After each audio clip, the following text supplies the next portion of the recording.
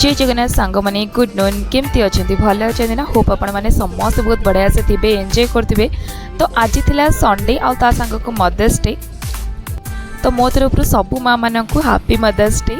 तो आज आमर जो जगह पिकनिक हबार थिला सेठी जीवा बाटर आमको मिलगला बहुत सारा कदली गछ। तो टिके कदली पत्र देखिक लोभ लगिला तो दी खंड ये काटिक नहीं आस एकदम बढ़िया सफा मंज पत्र होता जेहेतु सब जगह सब बेले प्राय टाइम वर्षा होता है से गछ पत्र ना एत असना न था एकदम सफा परिष्कार होता है। आम एकदम दी पर उदुतिया खरा टाइम यहाँ सामान दीटा बाजी तो दीटार आम आसिक पहुँचे तलमाड़ी। तो किसी दिन है जगह सुटिंग जेहेतु चलता तेलुगु मूवीर तो ये जगह को विशेष किसी आलाउ नाला। तो एबे बहुत दिन पर सबकि नॉर्मल हो जाए आम बहुत दिन पर आसी जाइए तलमाड़ी। लास्ट टाइम जब आम आसलु बस बुलिकी जाइलु जगटा देखिकी।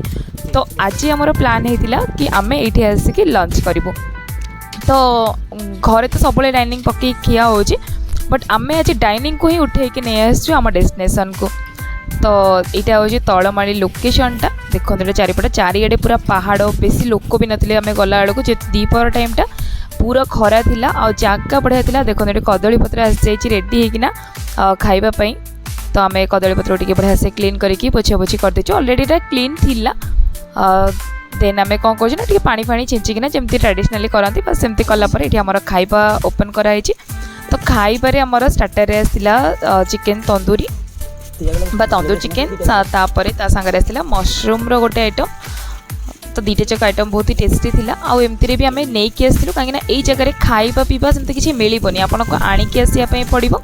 आउ डाइनिंग जी सुविधा अच्छी आप आणतु ना आप नॉर्मल पट्टी कि किसी भी सामान आणिक बसिकी आराम से एंजॉय करेंगे। मस्त पवन सांग को गोटे बढ़िया फैमिली ट्रिप आपण मैंने एंजॉय करेंगे। तो जेहेतु दीटा हो गला भोक बहुत जोर लगुता तो फटाफट आम मैंने लेग पीस रे सांगे सांगे लेमन स्क्रब कर देकी खाइबा आरंभ कर देथिलु एकदम हरी चटनी सहित आ सांग को सैलेड आ मशरूम एकदम मजा ही आसाला। तो तापर आमर मेन कोर्स रे आसला बिरियानी जेहेतु तंदूर टिके हेवी थाए तो बिरियानी खाइबा सेमती किसी खास मूड नथिला पर 2 पर्सन गोटे बिरियानी थिला।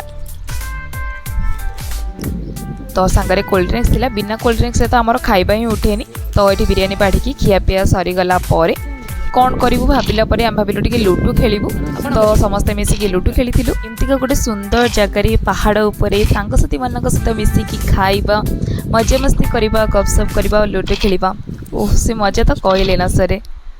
होप आपण मैंने फिल भी करें। एठी ना इवनिंग टाइम रे प्राय रे मेघ पवन आसार चान्स थे से फटाफट गाड़ी रे सब सामान वगैरह लोड कर देथिलु। तो ये जो पणसटा देखुं ना यहाँ मुझे कौट आनी आपण मानक आगुरी देखी जमारू भी किणीनु मो ये बाटर चोरी करछु। तो ये फोटो फोटो उठेवा सरीगला ये मैडम तांकर जलपरी वाला पोज देकी फोटो उठाते और टिके रोमांटिक सीन फोटोशूट हो गला वीडियो शूट हो गला। तापर आम यू गोटे बढ़िया क्यूट गोटे वीडियोटे कौन कहती कैप्चर कला गोटे मोमेंट कैप्चर कला आम से जगह रिटर्न नहीं टाटा बाय बाय कर देकी। तो यही जगहटा तलमाड़ी। तो आपण मैंने जब भी कोरापुट आसुना ये जगह भी थरे आसतु बहुत बढ़िया लगे कि जब बुलापी आस 4टा-5टारे आसतु 6-7टारे रिटर्न कर जातु। सिमलीगुड़ा ठू यहाँ अप्रोक्स 15 to 20 किलोमीटर हम मो अनुमान कौच मुझे सियोर नुह। यही ना पणस बाट सारा भरी भरी कईला पणस आंब आप बाटर रही नहीं पारे कि बाउंड्री वाला एरिया जमार भी नेबेनि ना बहे गाड़ी खाइबे।